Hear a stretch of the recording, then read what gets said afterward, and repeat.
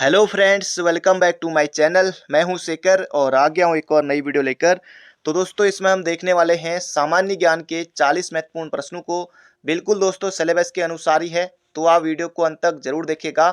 इसके अलावा अगर आपने और पार्टों को नहीं देखा है तो दोस्तों उन्हें भी आप प्लेलिस्ट में आकर जरूर से देख लीजिएगा। प्रैक्टिस के लिए काफ़ी अच्छा है। तो चलिए दोस्तों, शुरू करते हैं। और 40 में से आपका स्कोर कितना रहा दोस्तों, कमेंट बॉक्स में जरूर बताएगा। ठीक ठाक लेवल के दोस्तों प्रश्न हैं, क्योंकि जिस लेवल का दोस्तों पटवारी में प्रश्न आएंगे, एसआई में प्रश्न आएंगे दोस्तों, उसी लेवल के यहाँ पर प्रश्नों को लिया गया है, बिल्कुल सिलेबस के अनुसार है। तो पहला प्रश्न है यहाँ पर, वह कौन सा गवर्नर था जिसने हड़प नीति प्रारंभ की? जबरदस्त क्वेश्चन है दोस्तों। इसका से उत्तर हो जाएगा लॉर्ड डलहौजी। लॉर्ड डलहौजी। तो ये आपको बिल्कुल याद रखना है। ये दोस्तों डलहौजी जो था, रैमजे, डलहौजी रैमजे पूरा नाम था। जैसे जैसे दोस्तों कुमाऊं कमिश्नर कौन थे? रैमजे थे ना, हेनरी रैमजे। वो थे दोस्तों 1857 की क्रांति के समय। इस तरह से प्रश्न बनता है। तो वो 1856 से लेकर 1884 तक कुमाऊं कमिश्नर थे। हेनरी रैमजे उससे पहले भी रहते असिस्टेंट कमिश्नर के रूप में, और भी पदों पर कार्य किया था। तो ये दोनों दोस्तों जो हमारे यहाँ के जो रैमजे थे और ये जो डलहौजी रैमजे, ये दोस्तों चचेरे भाई थे, मतलब चाचा ताऊ के लड़के थे। तो ये आपको याद रखना है। बाकी ये चाचा ताऊ छोड़ दीजिए, लेकिन ये प्रश्न याद रखिए। हड़प नीति प्रारंभ की दोस्तों डलहौजी ने, क्योंकि दोस्तों उत्तराखंड से भी प्रश्न बनता है, तो इसलिए मैंने आपको बताया। बाकी बहुत से अभ्यर्थियों के लिए नया प्रश्न होगा कि जो जिस मैंने अभी बताई, बाकी जो पुराने हैं उनके लिए ठीक ही है। तो ये आपको दोस्तों बिल्कुल याद रखना है, लॉर्ड डलहौजी। और कैनिंग दोस्तों ऑप्शन में है। कैनिंग दोस्तों ये अंतिम गवर्नर जनरल, वो प्रथम वाइसराय थे। बाकी 1857 की क्रांति के समय कौन थे दोस्तों? भारत के गवर्नर जनरल, तो यही थे दोस्तों लॉर्ड कैनिंग। तो पढ़ते हैं अगले प्रश्न की तरफ। इसका से उत्तर होगा यहाँ पर हड़प नीति, तो ये जगह डलहौजी। अगला प्रश्न है, जीएसटी को लागू करने वाला भारत का प्रथम राज्य था? तो जीएसटी को लागू करने वाला प्रथम राज्य दोस्तों ये था असम। प्रथम राज्य असम था, ये आपको बिल्कुल याद रखना है। जीएसटी भारत में दोस्तों कब से लागू हुआ? तो 1 जुलाई 2017 से लागू हुआ, ये भी आपको याद रखना है। और दोस्तों अभी वीडियो के एग्जाम में पूछा गया था, कौन सा संविधान संशोधन था दोस्तों?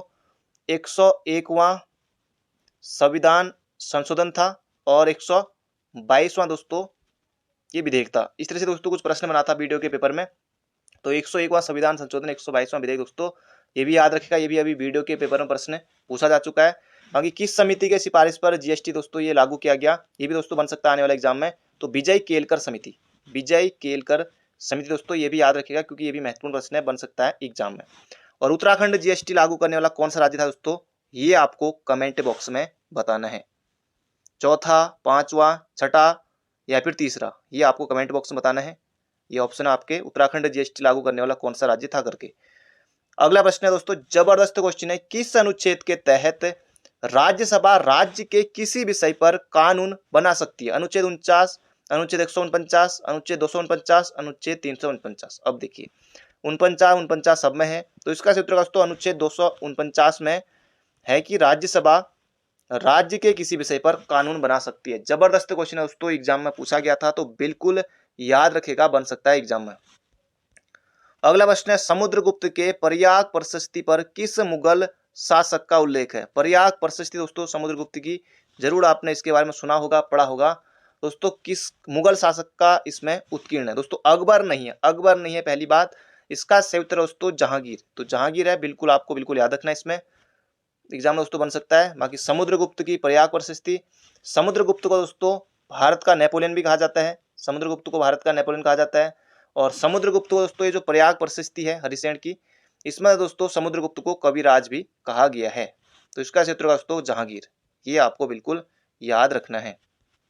अगला प्रश्न है, दीर्घ ज्वार आते हैं केवल पूर्णिमा को, केवल अमावस्या को, पूर्णिमा और अमावस्या दोनों को? अब देखिए दोस्तों, जबरदस्त क्वेश्चन है ना। ये हो जाए दोस्तों, पूर्णिमा और अमावस्या दोनों को आते हैं। क्योंकि दोस्तों दोनों दिन आते हैं, पूर्णमासी और अमावस्या को दोनों दिन आते हैं, क्योंकि इस दिन सूर्य, चंद्रमा व पृथ्वी तीनों एक सीट पर होते हैं। तो ये भी आपको याद रखना है। तो ये जगह पूर्णिमा और अमावस्या को आते हैं दीर्घ ज्वार। अगला प्रश्न है, कौन सा प्रदेश संसार का ब्रेड बास्केट कहलाता है? कौन सा प्रदेश दोस्तों ब्रेड बास्केट कहलाता है? इस तरह के क्वेश्चन दोस्तों आजकल बिल्कुल चलन में है, ट्रेंड है इन क्वेश्चनों का आजकल। भूमध्य सागरीय प्रदेश, मध्य अक्षांशी वन, शीतोष्ण घास के मैदान या फिर सवाना घास के मैदान, है ना जबरदस्त क्वेश्चन। ये हो जाएगा दोस्तों शीतोष्ण घास के मैदान, ऑप्शन नंबर सी। बहुतों ने भूमध्य सागरीय प्रदेश सोचा था, ये गलत है दोस्तों, ये हो जाएगा ऑप्शन नंबर सी।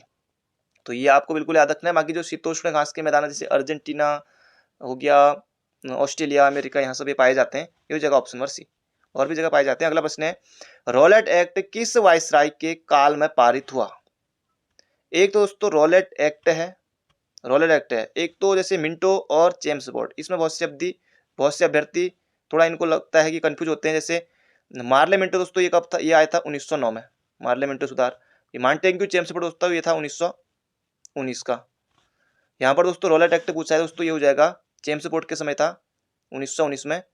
तो ये आपको बिल्कुल याद रखना है। रॉलेट एक्ट को दोस्तों आतंकवादी अपराध अधिनियम या फिर काला अधिनियम के नाम से भी जाना जाता है। तो इसका उत्तर होगा जेम्स बॉन्ड। अगला प्रश्न है, दुर्लभ वस्तुओं तथा अनोखे पुष्पों का प्रसिद्ध चित्रकार मंसूर किस मुगल शासक के समकालीन था? या किस मुगल शासक के दरबार में था? तो जहांगीर था दोस्तों चित्रकारी का। तो ये जगह शाहजहां नहीं था, जहांगीर था, जहांगीर। ये आपको बिल्कुल याद रखना है। बाकी मुगल चित्रकला दोस्तों जो प्रारंभ था वो बाबर के समय ही हो गया था। इसका क्षेत्र हो जाएगा जहांगीर, ऑप्शन नंबर सी। अगला प्रश्न है, धूपगढ़ चोटी स्थित है दोस्तों, एमपी में है, मध्य प्रदेश में। तो ये हो जाएगा धूपगढ़ चोटी का है दोस्तों, ये हो जाएगा सतपुड़ा रेंज में है। ऑप्शन नंबर ए हो जाएगा इसका बिल्कुल सही उत्तर। बाकी सतपुड़ा, बिंद, हिमाचल, यमुना, गंगा दोस्तों बिंद, ये भी एमपी में ही है। ये हो जाएगा हमारा ऑप्शन नंबर ए। अगला प्रश्न है, राष्ट्रीय बीज निगम की स्थापना कब की गई? जबरदस्त क्वेश्चन है दोस्तों, पूछा जा चुका है प्रश्न में। राष्ट्रीय बीज निगम की स्थापना दोस्तों ये हुई थी 1963 में, राष्ट्रीय बीज निगम। इसी से मिलता जुलता दोस्तों एक और है। ये यहाँ पर तो प्रश्न है कि राष्ट्रीय बीज निगम की स्थापना कब हुई? तो 1963 आपने बिल्कुल याद कर लिया होगा। और भारतीय बीज अधिनियम कब आया? ये आप लिख लीजिए अगर आपको नहीं आता है तो। भारतीय बीज अधिनियम दोस्तों ये आया था 1966 में। अंतर है दोनों में, याद रखिएगा। भारतीय बीज अधिनियम 1966, राष्ट्रीय बीज निगम 1963। अब उम्मीद करता हूँ दोस्तों आपको याद हो गया होगा। और अभी तक आपने दोस्तों वीडियो को लाइक नहीं किया है तो एक लाइक आपको जरूर से करना है। अगला प्रश्न है, राफेल नडाल प्रसिद्ध टेनिस खिलाड़ी हैं, इनका संबंध है। पहला प्रश्न जो बनता है दोस्तों, राफेल नडाल का संबंध किस खेल से है? तो टेनिस से है। ये आपको याद रखना है। बाकी किस देश से है ये यहाँ पर पूछा है, अमेरिका, जापान, ब्रिटेन, स्पेन। दोस्तों ये कहाँ के हैं राफेल नडाल? तो ये दोस्तों स्पेन के हैं, याद रखिएगा। और बाकी दोस्तों टेनिस खिलाड़ी की यहाँ पर बात चल रही है तो टेनिस में दोस्तों नोवाक जोकोविच का नाम आपने सुना होगा, बहुत ज़्यादा प्रसिद्ध है नोवाक जोकोविच, राफेल नडाल भी। तो ये वो भी टेनिस खिलाड़ी हैं, नोवाक जोकोविच भी। तो नोवाक जोकोविच दोस्तों किस देश के खिलाड़ी? वो हैं सर्बिया के, वो हैं सर्बिया के। बाकी राफेल नडाल दोस्तों टेनिस खिलाड़ी हैं और ये हैं स्पेन के।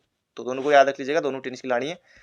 अगला प्रश्न है, अंतर्राष्ट्रीय माउंटेन दिवस कब मनाया जाता है? दोस्तों बिल्कुल इस तरह का कोई नया प्रश्न जैसे आपको लग रहा होगा, ये आयोग इस तरह के प्रश्न जरूर पूछता है। तो अंतर्राष्ट्रीय माउंटेन दिवस दोस्तों ये कब मनाया जाता है? तो ये हो जाएगा दोस्तों 11 दिसंबर को, 11 दिसंबर को मनाया जाता है। 2 दिसंबर को दोस्तों एड्स दिवस, 18 दिसंबर को दोस्तों ये मनाया जाता है अंतर्राष्ट्रीय प्रवासी दिवस। हाँ, अंतर्राष्ट्रीय प्रवासी दिवस मनाया जाता है 18 दिसंबर को। 10 दिसंबर को दोस्तों ये तो खैर सभी जानते हैं इसके बारे में, न जाने कितनी बार ये पेपर में आ चुका होगा, अंतर्राष्ट्रीय मानवाधिकार दिवस मनाया जाता है दोस्तों 10 दिसंबर को। बाकी अंतर्राष्ट्रीय जो माउंटेन दिवस है ये हो जाएगा 11 दिसंबर को। अगला प्रश्न है यहाँ पर, निम्न में से कौन सुमेलित नहीं है? तो इनमें से दोस्तों बताना है। लोहयस्क क्षेत्र और राज्य यहाँ पर दिए हैं दोस्तों। कुद्रेमुख कहाँ है? कर्नाटक में है। जी हाँ दोस्तों बिल्कुल सही है। नोवामुंडी तमिलनाडु, और बादाम पहाड़, ये कच्चा बादाम वाला नहीं है दोस्तों, ये बादाम पहाड़ दोस्तों उड़ीसा, ये सही है। और डाली राजहरा छत्तीसगढ़, ये भी सही है। नोवामुंडी दोस्तों ये तमिलनाडु में ना होकर के दोस्तों ये है झारखंड में। तो ये हो जाएगा हमारा ऑप्शन नंबर बी। अगला प्रश्न है, मोहम्मद बिन तुगलक को किस अन्य नाम से जाना जाता है?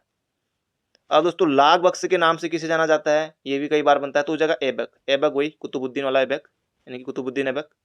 उलूग खां दोस्तों ये बलबन को हो जाएगा। बाकी तूतीय हिंद तूतीय दोस्तों ये हो जाएगा अमीर खुसरो। बाकी ये हो जाएगा दोस्तों मोहम्मद बिन तुगलक को एमबीटी शैतान का साथी, ये हो जाएगा ऑप्शन नंबर सी। अगला प्रश्न है, निम्न में से किस एक को लाला लाजपत राय ने अपना राजनीतिक गुरु माना था? इनमें से दोस्तों बताना, लाला लाजपत राय ने विवेकानंद को, गैरीबाल्डी को, मेजनी को, या फिर दादा भाई नौरोजी को। दोस्तों महत्वपूर्ण प्रश्न एग्जाम बन सकता है। ये हो जाएगा दोस्तों मेजनी को गुरु बनाया था लाला लाजपत राय ने। तो ये आपको बिल्कुल दोस्तों याद रखना, एग्जाम प्रश्न बन सकता है। अगला प्रश्न है, जमींदारी उन्मूलन से संबंधित कृषि सुधार समिति की रिपोर्ट कब प्रस्तुत की गई? जबरदस्त क्वेश्चन है दोस्तों, एग्जाम बन सकता है इसी तरह से। बाकी दोस्तों इस तरह से प्रश्न आता है, सिर्फ ये सन ही आता है कि किस सन में। देखिए ऑप्शन बिल्कुल कर्नल वाइज है, 1949, 50, 51, 52। तो ये दोस्तों कब है, ये हुआ दोस्तों 1949 में। जमींदारी उन्मूलन से संबंधित कृषि सुधार समिति की रिपोर्ट दोस्तों 1949 में प्रस्तुत की गई थी। याद रख लीजिएगा, एग्जाम में बन सकता है, पहले भी पूछा गया था।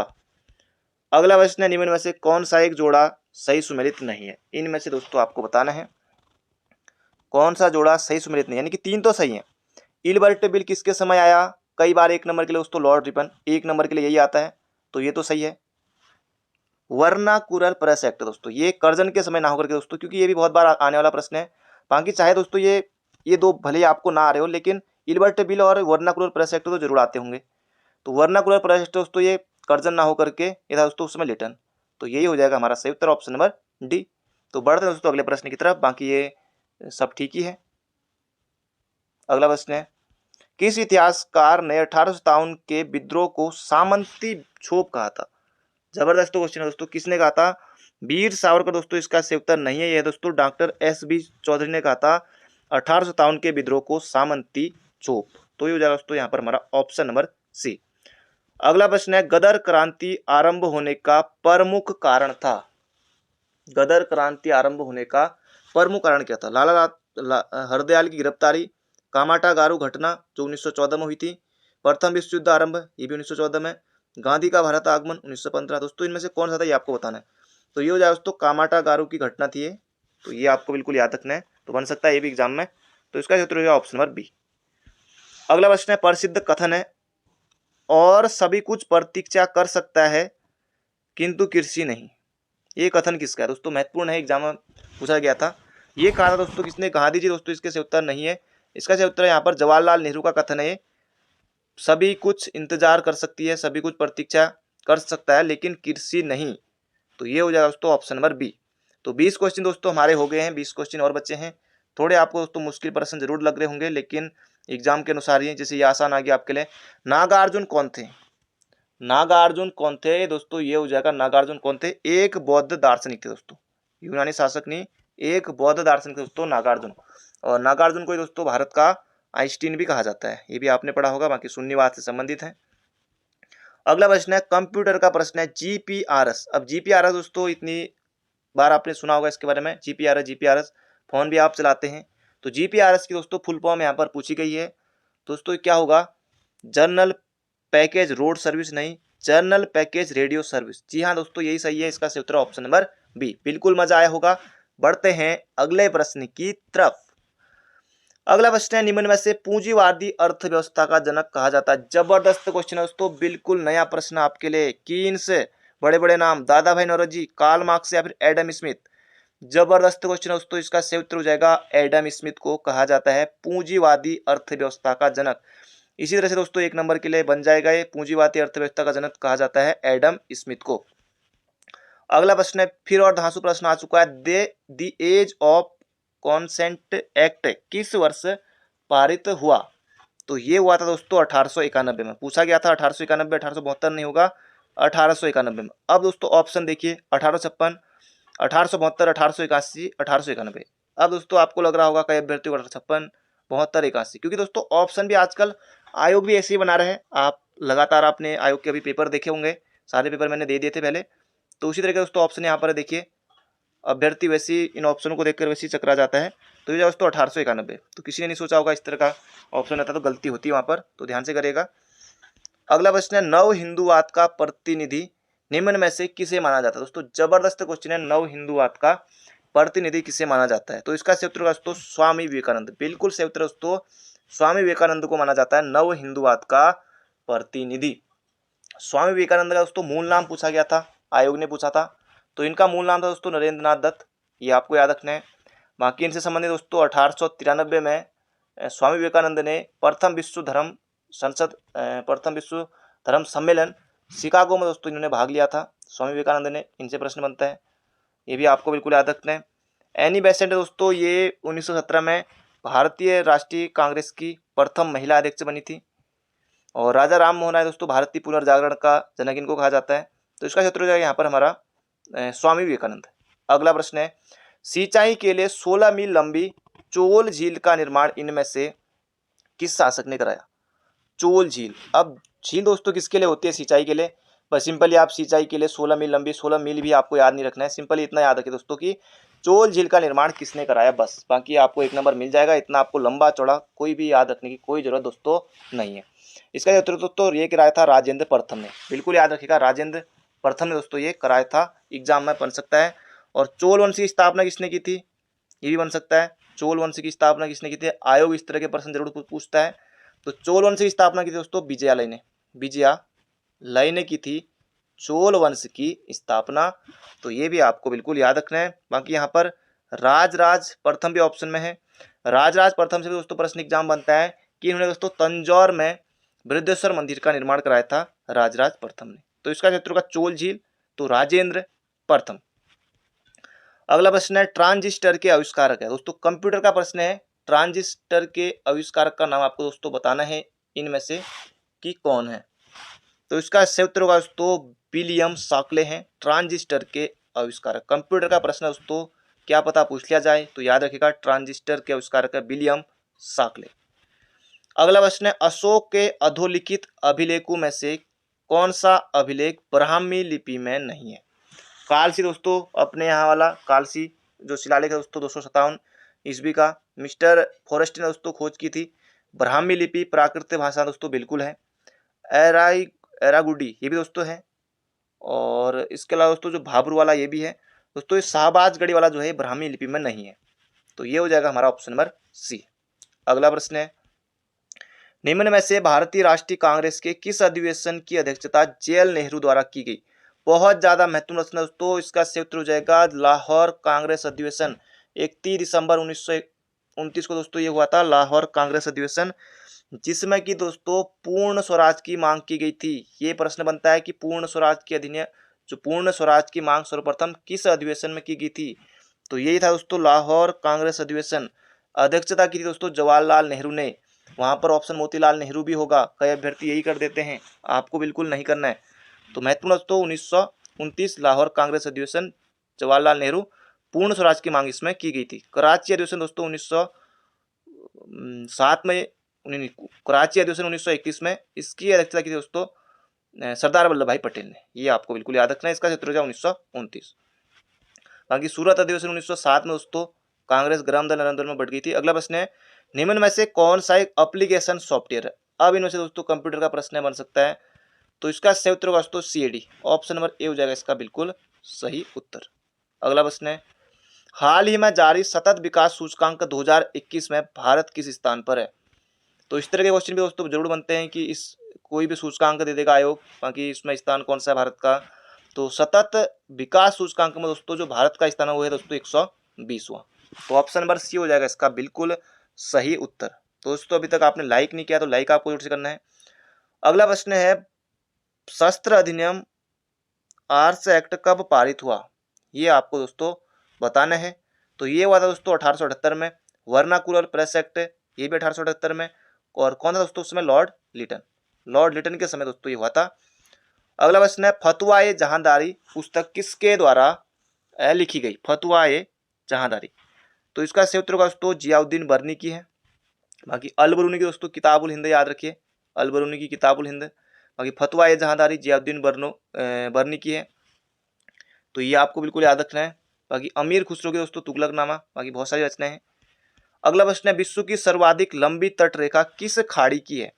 हडसन की खाड़ी, अरब की खाड़ी, बंगाल की खाड़ी या मैक्सिको की खाड़ी? तो मैक्सिको की खाड़ी दोस्तों इसका सही उत्तर बिल्कुल नहीं है। इसका सही उत्तर दोस्तों हडसन की खाड़ी विश्व में सर्वाधिक लंबी तट रेखा वाली खाड़ी है। जबरदस्त क्वेश्चन है दोस्तों, एग्जाम बन सकता है। एसआई पटवारी में दोस्तों इस तरह के क्वेश्चन आपको देखने को मिलेंगे। विश्व में सर्वाधिक लंबी तट रेखा हडसन की खाड़ी। अगला प्रश्न निम्न में से कौन सा युग्म सुमेलित नहीं है? इनमें से दोस्तों आपको बताना है। कालीबंगा सुमेलित है, सुमेलित है, सुमेलित नहीं है, नहीं सुमेलित है। कालीबंगा कांसे से बनी नर्तकी की मूर्ति, तो कांसे से बनी नर्तकी की मूर्ति दोस्तों ये मिली है मोहनजोदड़ो से। और लोथल मृत्यभांड पर नाव का चित्र ये भी दोस्तों मोहनजोदड़ो से मिला है। और ये भी सुमेलित नहीं है क्योंकि यहाँ पर लोथल दिया हुआ, ये भी सुमेलित नहीं है। तो मोहनजोदड़ो सीप का पैमाना, तो दोस्तों ऑप्शन नंबर सी इसका बिल्कुल सही उत्तर है। बाकी कई अभ्यर्थियों ने ऑप्शन नंबर डी दिया। तो आयोग भी दोस्तों आजकल ऐसे दे रहा है, ऐसी ऑप्शन दे रहा है जिसमें उपयुक्त सभी है वो बहुत कम चांस हो रहा है कि वो सही होगा। ज़्यादातर में सही होता था पहले तक, लेकिन आजकल आयोग ने ऑप्शन भी बदल दिए हैं, इस तरह के दे रहा है आयोग। अगला प्रश्न है वायुमंडल की सबसे निचली परत कौन सी है। दोस्तों ये बार बार प्रश्न आता है, सबसे निचली परत। अब मध्य को दोस्तों आपको मध्य में ही रखना है, मध्य मंडल तो मध्य में ही होगा। और मध्य में दोस्तों मध्य से नीचे कौन सा आएगा, समताप मंडल। उससे नीचे कौन सा आएगा दोस्तों, क्षोभ मंडल। तो सबसे निचली परत कौन सी होगी दोस्तों, ये हो जाएगा क्षोभ मंडल, क्षोभ मंडल। तो बीच में दोस्तों आपको मध्य रखना है, तो मध्य को मैंने अम लिख दिया है। और उससे उससे ऊपर दोस्तों कौन सा आएगा, आयन मंडल। आयन मंडल से ऊपर दोस्तों बाह्य मंडल, ये मैंने बी लिख दिया, हिंदी में बता रहा हूँ। और ये दोस्तों कौन सा था, मध्य मंडल था हमारा एम से। उससे नीचे दोस्तों समताप मंडल, फिर उसके नीचे दोस्तों क्षोभ मंडल। क्षोभ मंडल के लिए के लिख दिया मैंने हिंदी में, KSHO। तो दोस्तों इसका सही उत्तर हो जाएगा कौन सा, क्षोभ मंडल, सबसे निचली परत। अगला प्रश्न है भारतीय संविधान में अनुच्छेद 32 में प्रदत्त मूल अधिकार कौन सा है। तो ये हो जाएगा दोस्तों संवैधानिक उपचारों का अधिकार। और अनुच्छेद 32 को दोस्तों संवैधानिक उपचारों को अधिकार को ही डॉक्टर भीमराव अंबेडकर ने संविधान की आत्मा एवं हृदय कहा था। बाकी समता का अधिकार दोस्तों ये हो जाएगा अनुच्छेद 14 से लेकर 18 तक है। और बाकी शोषण के विरुद्ध अधिकार ये तो 23-24 में है, ये होगा नहीं, ये हो जाएगा दोस्तों ऑप्शन नंबर सी। अगला प्रश्न है पाटलिपुत्र की स्थापना किसने की। दोस्तों पाटलिपुत्र नगर की स्थापना किसने की, कई बार एग्जाम बनता है, आयोग भी पूछ रहा है दोस्तों, ये की थी उदयन ने। बिल्कुल आपको याद रखना है, उदयन ने की थी, फिर राजधानी बनाई थी, ये आपको बिल्कुल याद रखना, एग्जाम में दोस्तों बन सकता है। बढ़ते हैं अगले प्रश्न की तरफ। अगला प्रश्न है अर्धज्ञ का अर्थ क्या है। यज्ञ करने वाला पुरोहित, राजा का अंगरक्षक, धार्मिक सलाहकार या फिर राजा का राजदूत। तो ये हो जाएगा दोस्तों यज्ञ करने वाला पुरोहित। अगला प्रश्न है किस परिस्थिति में सरकार द्वारा देश में नकदी की मात्रा बढ़ाई जानी चाहिए। इस तरह के क्वेश्चन दोस्तों आपने देखा होगा, आजकल चलन है, आयोग पूछता है मुद्रास्फीति, मुद्रा अस्फीति, और या फिर प्रत्यास्फीति या फिर स्टैगफ्लेशन। तो इसका सही उत्तर होगा दोस्तों मुद्रा अस्फीति। तो याद रखिएगा ऑप्शन नंबर बी हो जाएगा इसका बिल्कुल सही उत्तर। अब दोस्तों ये जैसे बचपन में होता था मुर्दा या मुद्रा, तो ये गलती होती थी, आपसे भी होती होगी। तो इसका उत्तर होगा दोस्तों मुद्रा अस्फीति, ऑप्शन नंबर बी। दोस्तों ये थे आज के हमारे महत्वपूर्ण प्रश्न। बाकी मिलते हैं बहुत जल्दी एक नई वीडियो में। चैनल पर नए हो तो चैनल को सब्सक्राइब जरूर कर लीजिएगा। Thank you friend, thank you so much. बाकी अपना ध्यान रखिए, तैयारी करते रहिए।